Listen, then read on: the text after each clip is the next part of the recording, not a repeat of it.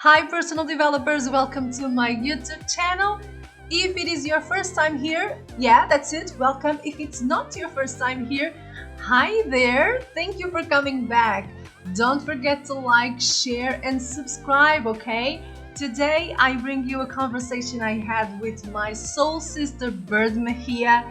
I mean, you are going to absolutely love her. We're going to talk about racism. I'm going to talk about my experience as a black woman born in Africa, raised in Portugal, Europe, and Bird is going to talk about her experience as a Latino woman. And we have so many things in common. Okay, I'm gonna shut up because this intro is getting too long, and I'm gonna let you enjoy this conversation. Okay, let me know in the comments what you think about it. Should we have more conversations? I think, yeah, we're planning on having them. Beautiful ones, I am Bird Mejia. I'm an intuitive healer and life coach, but more importantly than that, I am this luminous spiritual being visiting in this human body like all of you are. You can find me on the social network, IG, YouTube, Facebook, under Bird Mejia, B-I-R-D, yes, like a bird, and Mejia, it's Mexican, M-E-J-I-A, because the J is pronounced like a H, Mejia. But today we're going to be talking about some really important things with my sister here. So, hello everyone. Thank you, Bird. I'm so happy to be here. My name is Erica, the personal developer. That's how you can find me online, on Instagram, Facebook. My webpage is the same, so thepersonaldeveloper.com. I'm so pleased to be here, and today we're going to talk about being a woman. I'm going to share my experience as a Black woman, and Bert, you're going to bring in your Latino woman to the table. yes, I am excited to talk. These are so important things. A lot of times we don't have these conversations about what it's like for us to be a woman, but also a woman of color in the world, and how that looks. A lot of times people don't understand if they're not in our shoes. Yeah, it's true. And I think it's also important to talk about these topics because a lot of women, I know that they feel like this, but since we don't have as many conversations as we should, sometimes you think that you are like the weird one or what's wrong with me. And you're like going around trying to fit in and trying to be this thing or person that you should be. But you don't know that you can be just whatever you are. I had to watch a lot of YouTube videos and see a lot of Black women doing stuff, women doing different things to, you know, to realize that I can be whatever. I don't have to fit in anywhere. I can just be, and it's so important to have these kind of conversations and to be out there. So every Black sister, Latino sister, or whatever race and culture can see that there's a lot of us and we are different and beautiful. Mm-hmm. Yeah, so I think that's important, you know. So, I mean, I think, first of all, I want to say, like, you know, I believe that there's only one human race, and scientists have actually proven that. And, you know, they talk to different, you know, I'm from the United States. I know scientists have been talking to the government, you know, telling people, like, why do you have these surveys about race, you know? Because in our country, they still will tell you, you know, even Latina now is like, that's just an ethnicity, you know, you have to choose between white and black and Native American, like you can't, you know, there's only really truly one race. And you know, the studies, if you watch, there's a documentary called The Human Family Tree, and you know, they talk about that the original people were from Africa, they were African, and then went out from there. And because of the different places, we have the different features, but you know, like, we're all African, and just saying that, like, a lot of people have problems like doing that. We are all African, and it's interesting. Yes, the scientist that did it, he's blonde, this blonde, blue-eyed man, and he looks like him and says, "I'm African. We're all African." So, you know, I just want to start out with, like, first of all, we are all human beings. There's only one race, but because of what's happened in the world, with the oppression, with the things that have happened for centuries, they affect us as people of color, as women of color. And, sometimes people think, well, that was a long time ago, but what people understand is that they have proven that we carry the wounds of our grandmothers. When a woman is pregnant, she gets whatever is going on with the mother, whatever pain bodies. And then if it's a girl, it goes on to the egg. So we have the pain bodies of our grandmothers, our great grandma, like it gets passed on. So the ancestors went through some really just horrific atrocities because of this illusion that there is more than one, that there's separate races and one is superior to the other. It has impacted us, impacts us today, right now. And we're going to talk about how the ways, things that we've experienced, but like beyond that, like people don't get like, this is impacted, like it impacts our communities, impacts our families. This stuff matters. So that's something I'm really passionate about. I'm so glad you started there. Like, let's just start here. Like, we're all African. We are all the same. Like the tendency is for us to just have more mixture and different kinds of people. And besides that, we are spirits with a body walking around. So this race thing, I think it's even ridiculous that we still have to discuss this. But this is real. This is happening in 2020. If this passed, and we wouldn't be talking about this. Promise me. I think that as a woman of color, I would prefer not to have this conversation. I mean, how long do we need to keep going with this conversation? So yes, I love the fact that you started there, because if we all get this message that we are one race and we are spirits or souls or whatever you may call it with a body, a lot of issues would disappear. And yeah, this is not this is very, very important. It's a big deal because, as you said, we carry all these things, we carry all the trauma. You don't need to go 500 years ago. I look at my mother and I see all the trauma. And I see the way she carries herself and the way she is in the world. I don't need to go 500 years ago.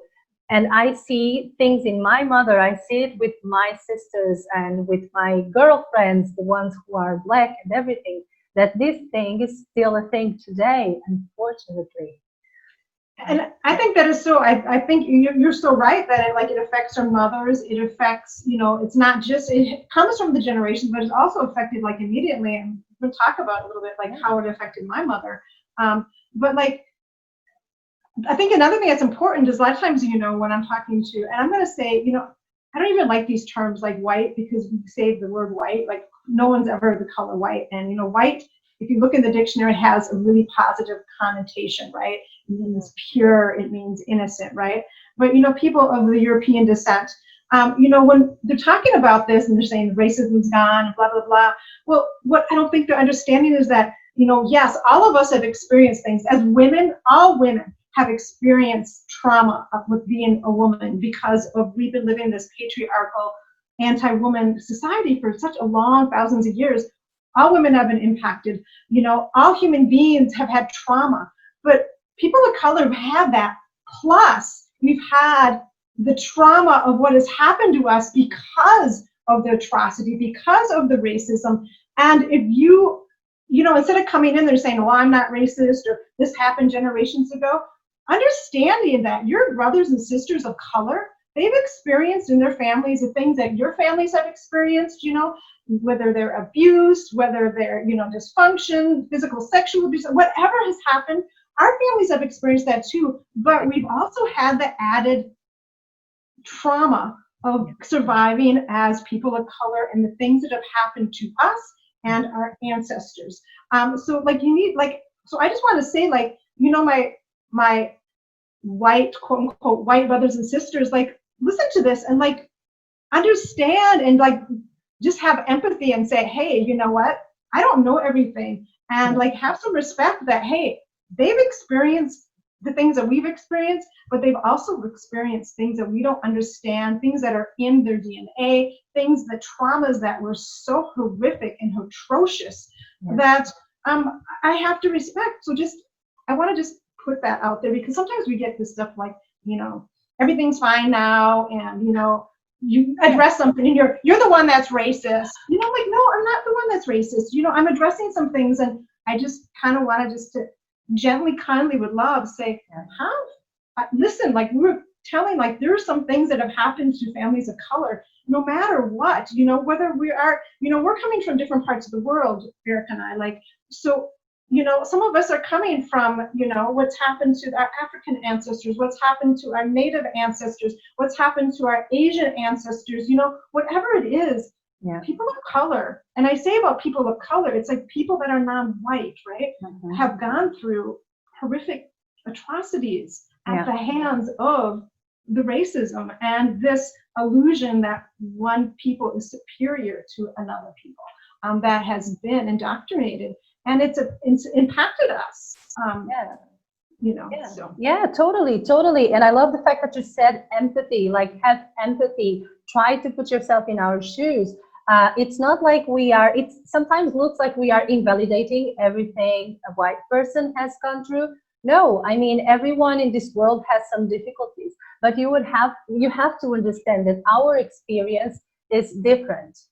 Okay, so even though we go to the same places, some of us, even though we go to the same places and we walk around the same people, our experience is different. Every time when I was, so just to give you a little bit of context here, so I was born in Angola, in Africa. And then I went to Portugal. That's where I was raised, and that's where I lived until I was a grown up. Then I moved to Tenerife, but that's another story. So when I went to Portugal, there wasn't a lot of Black people walking around. I was almost all the time, I was the only Black person in the room. And sometimes that wasn't a good thing.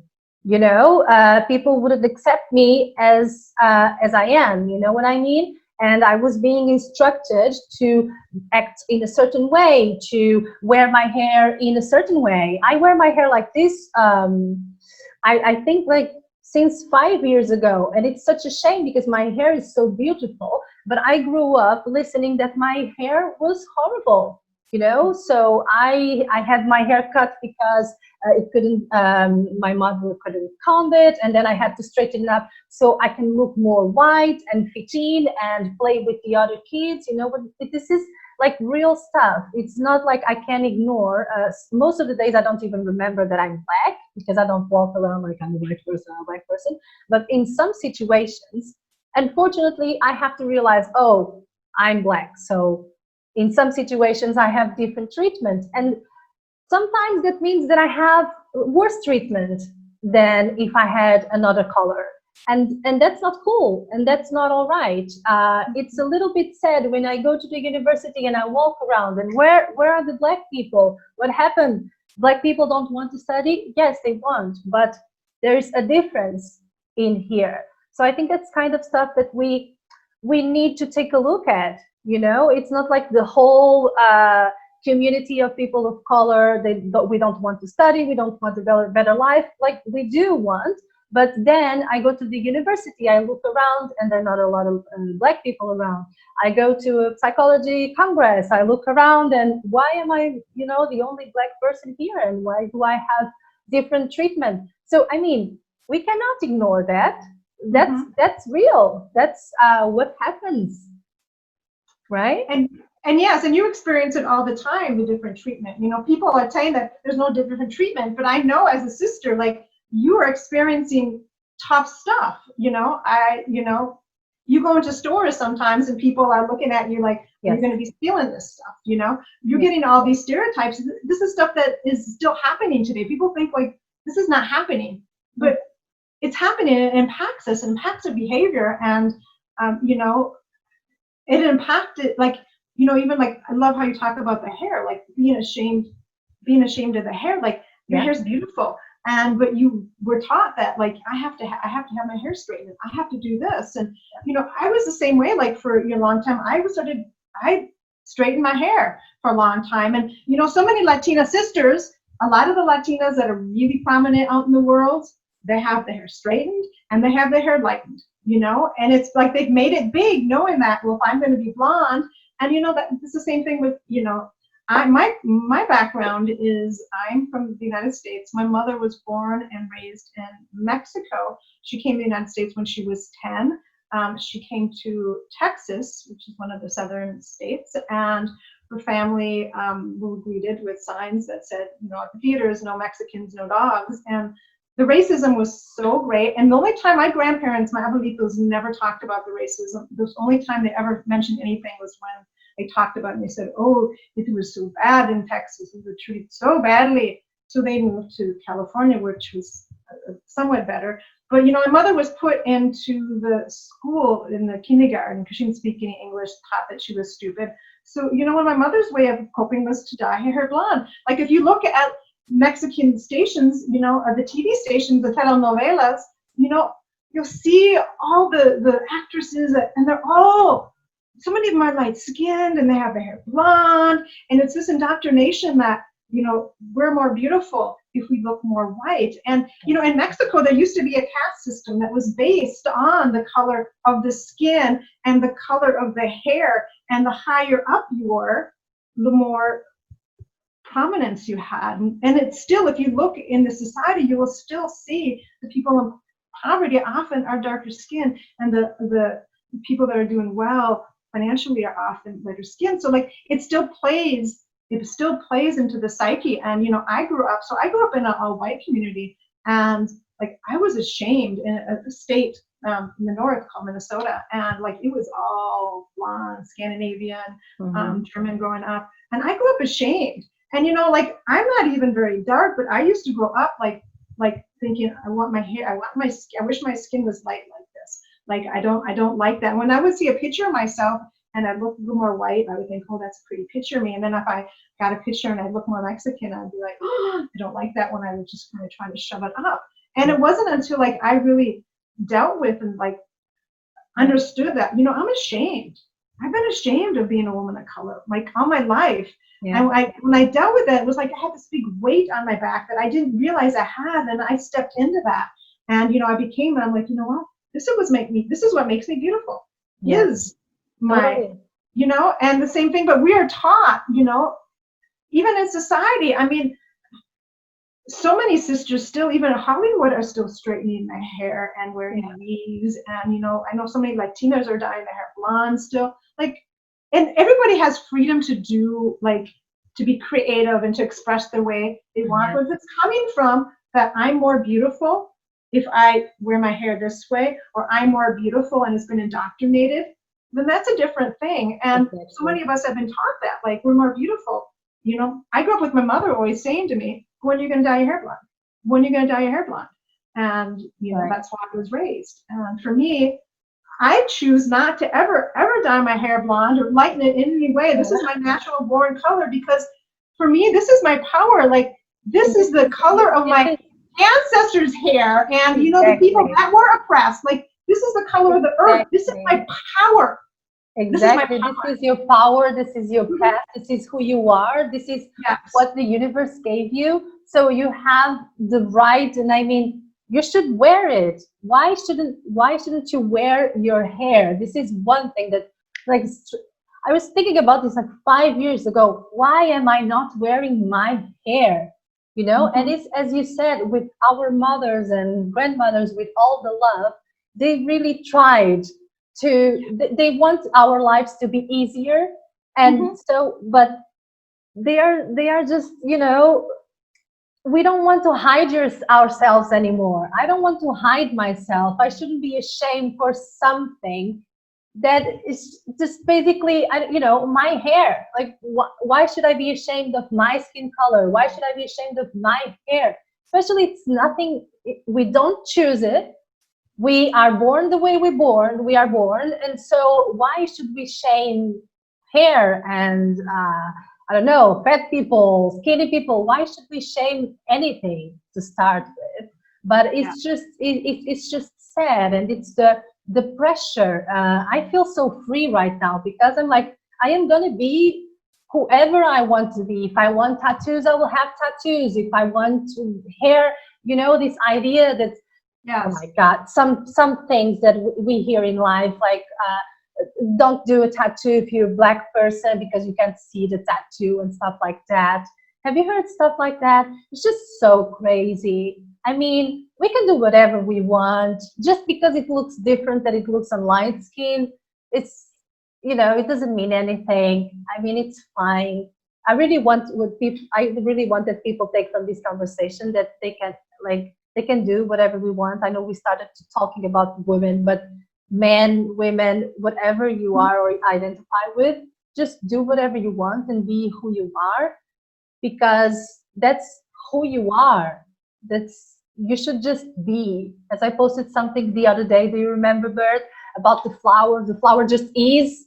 The Yes. flower doesn't go around like, oh, Yes. should I be the flower? Should I grow? No, Yes. so the flower Yes. just is.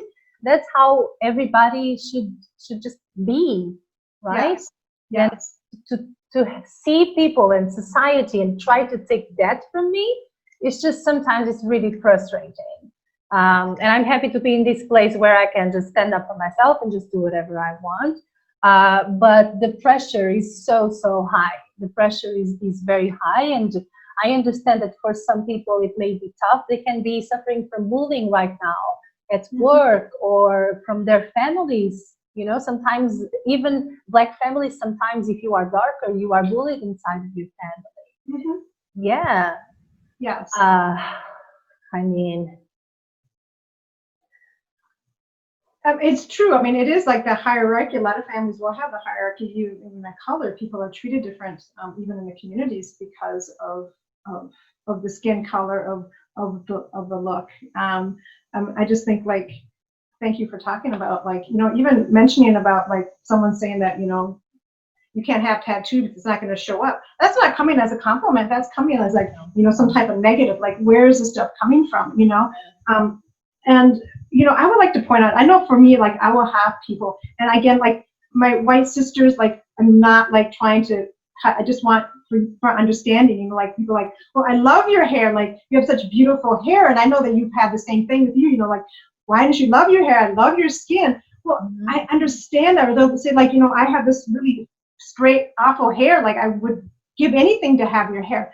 And I understand and I appreciate the compliment for that. But what sometimes people are not understanding is this is coming from a whole generation and past lives of people, like, lives being ruined because of this stuff. It's not just about, I wish, you have these looks, and I wish I had this. But, if you look in the generations, your families, if you're white, like, didn't have some of the things that our ancestors went through. My mother just died recently of pancreatic cancer, which is about anger and pain. And a lot of the anger and pain she had to do with the shame and the repercussions of what her ancestors went through, and of the shame she experienced as a child and in this country, and all that anger built up and eventually killed her. So, like, this stuff has happened. Like, people, even talk about, why are people of color dying more, even from, for example, right now, even from COVID. Well, you know what? It's because communities of color have predispositions, because they're having to deal with different things that other people don't have to deal with, and they have pain bodies from generations of dealing with stuff, and the stress is higher, and there's so many different things that people of color are dealing with that you don't understand. And even if I'm born, and I'm not dealing with that, because I know, being Mexican, kind of the purpose was, like, mejor la sangre, lighter the blood, and, pass white and be white. And, like, I could do that. I could very well, pass and just be like, I'm a white woman, I'm Italian, or just kind of downplay the Mexican side and dissipate that. But by doing that, like, I am not remembering, like, this is, like, I still carry the stuff from the ancestors. I still carry that stuff within me. And you wouldn't be honoring who you are. You would be something else. And when we walk around trying to be something that we are not, that, well, the pain that we feel from our mothers and our grandmothers, and it's because they were trying really hard. At least my aunties, they were trying to blend in. They were trying and trying, and we were watching them trying, and we tried to do the same thing, but we couldn't take this pain anymore, because it is horrible to carry this around. It is horrible. You would suffer, because every time you do something that goes against your values, that goes against you, you suffer. And you know that you are not accepted, so you can try to blend in, but you know who you are, so you will feel unaccepted. And that has consequences that goes from generation to generation. And again, there is no reason why we should pretend that we are something that we're not.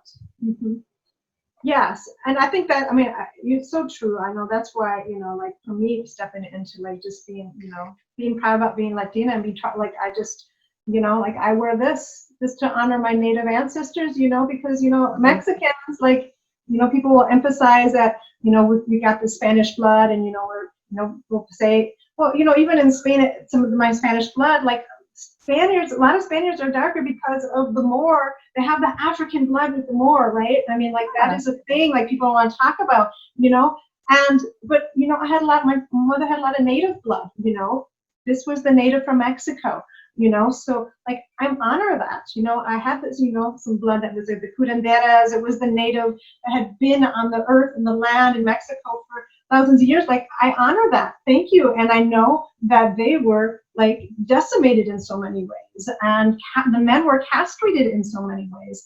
And as women, part of my duty as a woman is also to rise up the men of color in the world too. The divine feminine is rising, and part of us, the divine feminine for all women is rising, and it's so important. But also as a woman of color, it's like we're taking the ancestors, the beauty and the strength of our ancestors, the ones that had such horrific atrocities put upon them. We're taking them, and they're rising. We're taking them along with us to say, hey, this is part of our collective experience as people of color, and as women. But it's also to bring up the divine masculine, our men of color in the world, and whether it's Black men or Latino men or Native men or Asian men, we've gone through stuff like. Okay, everyone, I hope you enjoyed part 1 of my conversation with Bird Mejia. Stay tuned because part 2 is coming out soon.